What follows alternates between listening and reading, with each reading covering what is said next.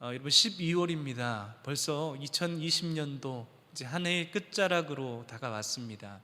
사실 12월은 참 많이 분주하고 바쁜 달이기도 합니다. 올 한 해를 정리하고 돌아보면서 결산하는 달이기도 하고, 또 이 12월은 내년도 2021년도를 준비하는 또 준비의 시간이기도 합니다. 그래서 1년 12달 안 중요한 달은 없지만 정말 이 12월이라고 이 한 달 우리 교회력으로도 대림절을 또한 보내고 있지요. 그래서 너무 중요한 이 한 달을 우리가 보내고 있습니다. 그럼 이 12월 달 한 달을 신앙적으로 우리가 어떻게 보내면 좋을까? 오늘 그것에 대해서 여러분들과 함께 은혜를 좀 나누려고 합니다. 여러분, 이 대나무 있지 않습니까? 대나무가 가늘고 이렇게 높이 자랄 수 있는 이유는 그때그때마다 이렇게 매듭을 지어주기 때문에 그렇습니다.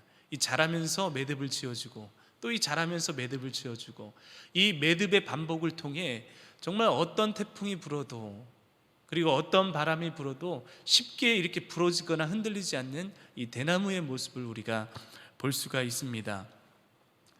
대나무의 이 매듭이 새로운 시작, 새로운 출발을 알리는 것처럼 여러분, 매듭은 끝 종결이 아니라 새로운 시작을 의미하는 것이기도 합니다. 여러분, 신앙적으로 우리 신앙도 마찬가지인데, 한 가지 우리의 일이 끝나면 여러분 그때그때마다 이렇게 매듭을 지어주는 게 굉장히 중요합니다. 이 매듭을 짓는다라는 것은 어떤 의미냐면, 내가 한 것은 아무것도 없습니다. 하나님의 은혜였습니다. 하나님이 하셨습니다. 여러분, 이것이 바로 신앙적 매듭을 짓는 방법이다라고 하는 것입니다. 여러분, 종의 모습이 세 가지의 종의 모습이 있습니다. 첫 번째 종은 바로 이 무익한 종인데, 이름 그대로 무익합니다. 주인에게 아무런 유익을 주지 못하는 종, 그래서 무익한 종. 이 무익한 종의 특징은 주인이 찾지를 않습니다.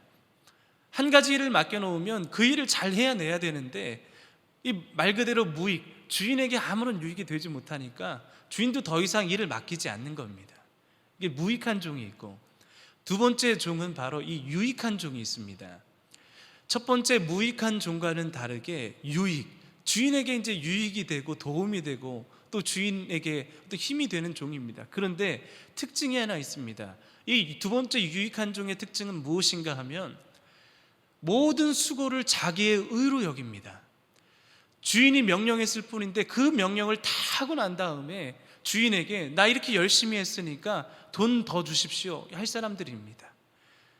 그러니까 주인이 껄끄러운 거죠. 마땅히 해야 될 일을 했을 뿐인데, 이 유익한 종은 일은 잘 해내지만 결국 모든 수고와 영광을 자신에게로 돌리는 종입니다. 그리고 세 번째 종, 이 무익한 종이 있습니다. 그러니까 첫 번째 무익한 종과 발음은 비슷하지만 의미는 아예 다릅니다. 세 번째 무익한 종은 두 번째 유익한 종 자리까지 가야 될 수 있습니다. 주인에게 도움과 유익을 줍니다. 그런데 두 번째 유익한 종과는 특징이 있습니다. 뭐냐? 모든 일을 다 하고 난 뒤에 하나님 앞에 고백하는 고백은, 주인에게 고백하는 고백은 마땅히 제가 해야 될 일을 했을 뿐입니다. 저는 제가 한 게 아무것도 없습니다. 그냥 제 있는 이 주위에서 저는 최선을 주인을 위해서 다했을 뿐입니다. 여러분, 이렇게 고백하는 종이 바로 세 번째 무익한 종입니다. 여러분, 첫 번째 무익한 종과, 그리고 두 번째 유익한 종과, 그리고 세 번째 무익한 종, 여러분들은 어떤 종이 되고 싶으십니까? 세 번째 무익한 종이 되고 싶으시지 않습니까? 사실 이 세 번째 무익한 종이 되기가 쉽지가 않습니다. 이유는 내 수고가 있기 때문에 그렇습니다. 내가 교회 일도 열심히 하고, 내가 나의 삶 속에서, 우리의 삶 속에서 주어진 일을 최선을 다해서 했기 때문에, 여러분, 우리의 수고와 우리의 의가 있지 않습니까? 그러다 보니까 세 번째 무익한 종의 자리까지 가기가 참 쉽지 않은 것을 보게 됩니다. 여러분, 신앙적 매듭을 짓는다는 것이 무엇이냐 하면, 하나님, 제가 한 일은 아무것도 없습니다. 모든 것이 하나님의 은혜였습니다. 바이러스 감염증 때문에 2020년도가 정말 힘겹게 살아왔지만, 그래도 뒤돌아보니까 모든 것이 하나님의 은혜였습니다. 여러분, 이렇게 고백하는 사람이 바로 무익한 종, 세 번째 무익한 종이라고 하는 것입니다. 여러분, 하나님께서 저와 여러분들에게 큰 은혜를 주셔서 또 시시때때마다 하나님께서 피할 길도 열어주시고 또 방법도 허락하여 주시고 또 뒤에서 채워주시는 은혜가 있기 때문에 오늘 이 자리까지 왔습니다. 2020년도 한 해를 돌아보니 하나님의 은혜와 섭리가 아닌 것이 아무것도 없을 정도로 돌아보니 참 감사한 일 뿐이었습니다. 그럼 우리가 해야 될 일은 무엇이겠습니까? 하나님께서 도우셨습니다. 하나님의 은혜였습니다. 하나님께서 힘주셔서 여기까지 왔습니다.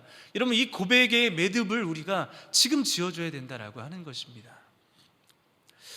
베드로전서 4장 10절 11절에 가면 하나님께서 교회 안에 사람들에게 각각 이제 은사를 주셨는데, 말하는 자, 여러분 이 말하는 자는 뭐 설교자라든지 전도자가 되겠죠.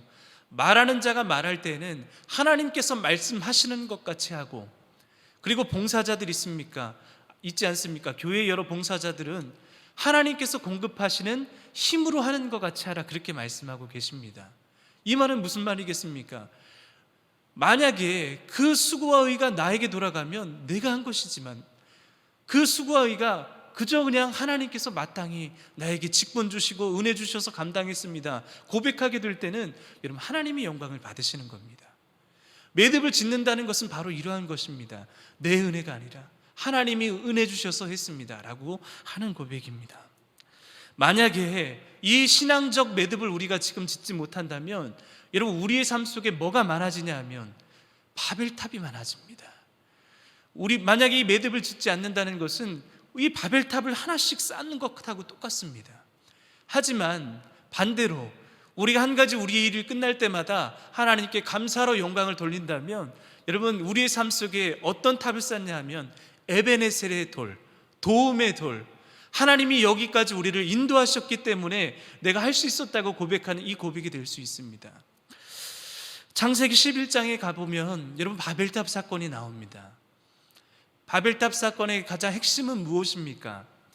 하나님께서 온 땅에 어떤 인간의 악함을 보시고 인간의 악함을 보시고 하나님께서 심판하시려고 하실 때 인간들이 서로 의견을 내서 마음을 맞춘 것이 무엇이냐면 창세기 11장 4절, 또 말하되 자 성읍과 탑을 건설하여 그 탑 꼭대기를 하늘에 닿게 하여 우리의 이름을 내고 온 지면에 흩어짐을 면하자 하더니, 여러분 인간을 향한 하나님의 부르심은 흩어져 사는 것입니다.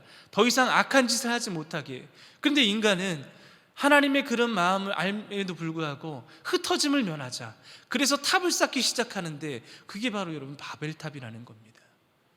바벨탑은 우리 인간의 욕심과 욕망을 하나하나씩 쌓는 거죠. 그래서 결국에 하나님까지 닿아보자라는 겁니다.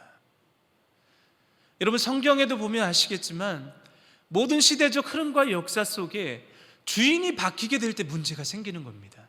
하나님이 주인이 되실 때는 전혀 문제가 되지 않은데 꼭 이 하나님이 주인이 아니라 우리가 주인이 되려고 할 때 성경에서 문제가 생기는 것을 보게 됩니다. 대표적으로 우리 에덴 동산을 예로 들 수 있죠. 하나님께서 에덴 동산, 기쁨의 동산을 세우셨는데 동산 중앙에 있는 실과의 나무의 열매를 먹지 말라 하셨습니다. 그런데 그 나무의 열매를 먹게 될 때 뱀이 뭐라고 했습니까? 너희들이 이것을 먹는 날에는 눈이 밝아져서 누구와 같이 되리라? 하나님과 같이 되리라. 결국 그 누구의 집에도 소유권도 아니라 너네가 내 인생의 주인이 될 수 있다 라고 하는 것이 문제였습니다. 그래서 어떻게 됐습니까? 에덴 동산에서 쫓겨나고 저주를 받게 되지 않았습니까? 왕정시대에도 마찬가지입니다. 주인을 바꾸려고 하니까 문제가 생겼습니다. 북이스라엘 바알 우상으로 주인을 바꾸려고 했을 때 그때 심판의 불이 떨어지고 하나님께서 진노하시지 않았습니까? 여러분 성경의 모든 역사 속에 주인이 바뀌게 될 때 항상 문제가 생겼다는 겁니다. 창세기 11장도 마찬가지지요. 하나님까지 다 보려고 하는 인간의 욕심과 욕망, 바벨탑을 쌓아버리니까 하나님께서 마음이 슬퍼하셨습니다. 그리고 흩게 하셨고 언어를 갈라지게 하셨다라고 하는 겁니다. 여러분 신앙적 매듭을 짓지 않는다는 것은 우리 신앙의 바벨탑을 쌓는 것과 똑같은 겁니다. 하나님 필요 없습니다. 내 의입니다. 내가 열심히 했으니까, 우리 가정이 열심히 했으니까, 내가 교회에서 봉사할 때도 내 힘으로 했으니까. 여러분 이게 신앙적 매듭을 짓지 못하면 우리가 바벨탑의 자리로 갈 수 있다는 겁니다. 창세기 11장 4절에 가면 이름을 내고라는 이 단어, 이 말을 눈여겨볼 필요가 있습니다. 이름을 내고라는 말은 창세기에서 보면 이름을 지어주는 자는 그 지음받는 자에 대한 소유, 권한을 갖게 되어 있습니다. 즉 자기 스스로가 이름을 짓는다는 것은 그 누구의 지배도 받지 않겠다라는 그런 의미가 담겨져 있는 겁니다. 하나님이 우리 인생의 주인이 되셔야 되는데 필요 없다는 거죠. 여러분, 그러니까 바벨탑을 쌓게 되는 것입니다. 하지만 반대로 신앙적 매듭을 짓는다는 것은 에베네셀, 도움의 돌을 쌓는 것과 마찬가지입니다. 사무엘상 7장 5절에서 12절에 가면 이스라엘 백성들이 이제 블레셋의 속국이 된 지 오래되었습니다. 그때 사무엘 선지자가 이스라엘 백성들을 모아놓고 미스바로 모이라고 하죠. 모아놓고 이야기한 것이 무엇입니까? 더 이상은 안 된다. 우리나라가 더 이상 이제 이렇게 하면 안 된다. 우리가 가지고 있는 모든 우상들을 다 버리고 우리가 여호와께, 하나님께 돌아가야 된다. 우리의 주인은 하나님이시다. 사무엘이 그렇게 고백하고 이 미스바 집회로 모였을 때 놀라운 은혜가 있었습니다. 그런데 그것을 이제 블레셋이 봤을 때 저 사람들이 전쟁을 일으키려고 집회를 하는 모양이라고 오해를 해서 이스라엘을 쳐들어오죠. 그때 사무엘과 이스라엘 백성들이 너무 마음이 이제 어려운 겁니다. 어떻게 하지? 그때 하나님께 기도를 하죠. 하나님, 우리 이스라엘 백성들을 살려주십시오. 구원해 주십시오. 하나님의 은혜가 필요합니다. 그리고 기도할 때 어떤 역사가 일어났습니까? 온 세상이 깜깜해지고 천둥번개가 일어나서 이거는 블레셋 백성들이 뭐라고 이야기합니까? 저건 하나님의 사인이라고 서로 좌중질환이 일어나는 겁니다. 하나님께서 심판하시는 모양이라고.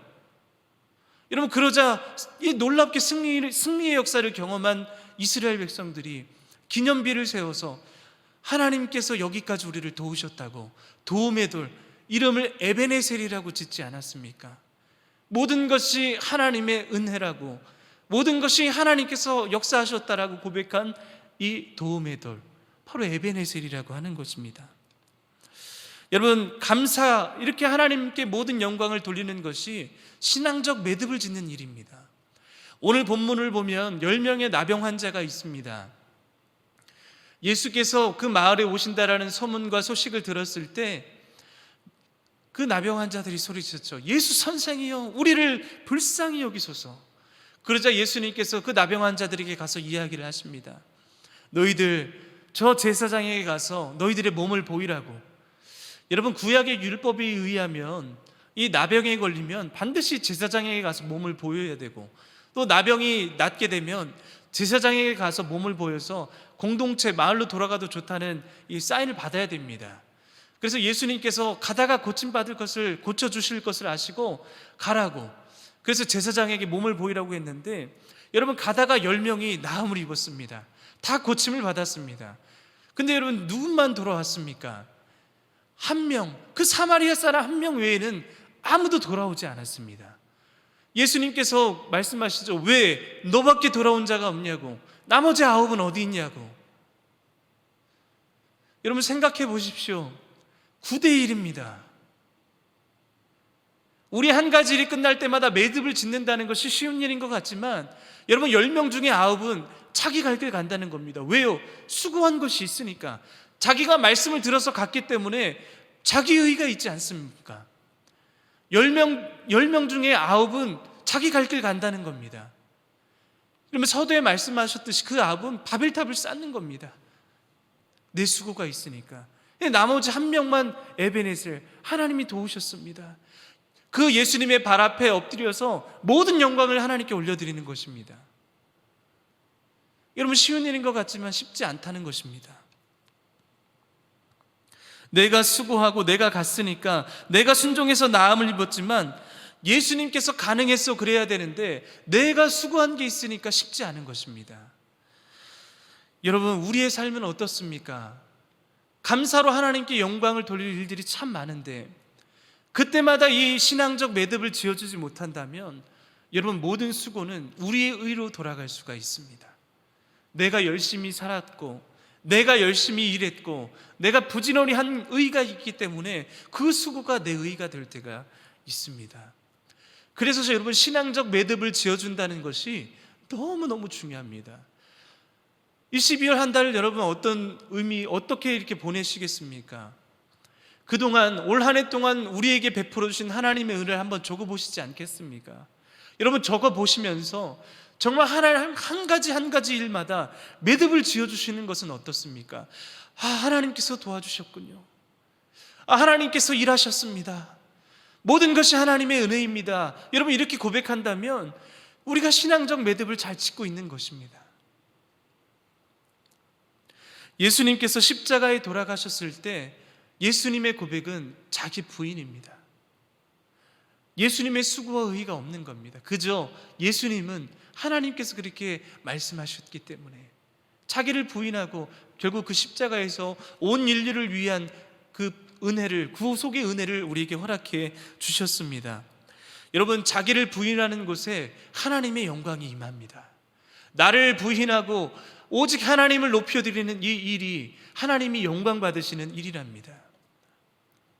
여러분, 인간이 우리가 해야 될 일이 무엇입니까? 하나님을 영화롭게 하는 거 아닙니까? 모든 이 영광을 하나님께 돌리는 거, 우리도 그렇게 찬송하지 않습니까? 모든 영광을 하나님께 돌리지 않습니까? 주인의 명령을 마땅히 행한 후에 우리가 해야 될 고백은 무엇이냐 하면 그냥 주인이 시키셔서 했을 뿐입니다. 여러분, 이게 무익한 종의 자세라는 것입니다. 대나무 위의 매듭 위에서 새로운 줄기가 시작되고, 그리고 더 높이 자랄 때 어떠한 태풍이 불어도, 어떠한 바람이 불어도 부러지지 않는 대나무가 되는 것처럼 우리의 신앙적 매듭을 지어주는 것이 어떤 시련과 어떤 폭풍이 불어도 우리가 흔들리지 않을 수 있는 여러분, 믿음의 반석을 세우는 일입니다. 저는 저와 여러분들이 이 12월 한 달을 정말 그렇게 한번 보내보시는 건 어떻겠습니까? 한 가지, 우리 일이 끝날 때마다 하나님께 감사하는 것, 신앙적 매듭을 짓는 것, 내 의가 아니라, 내 수고가 아니라 모든 것이 다 하나님의 은혜였다고, 하나님께서 힘주셔서 했다고, 하나님께서 우리를 도우셔서 이곳까지 왔다고 여러분 고백하는 이 에베네셀, 저와 여러분들이 그렇게 고백하게 될 때 여러분, 하나님 앞에 정말 보기 좋은 신앙적 매듭을 잘 짓는 그리스도인, 믿음 안에 반석 위에 세워진 우리 그리스도인의 인생이 되지 않겠습니까? 저와 여러분들이 세 번째 무익한 종의 자리에 욕심내어서 한 해 동안 우리에게 베풀어 주신 은혜에 매듭을 짓고 하나님께 감사로 영광을 돌리는 저와 여러분들 되시기를 말씀 의지하여 간절히 축원드립니다.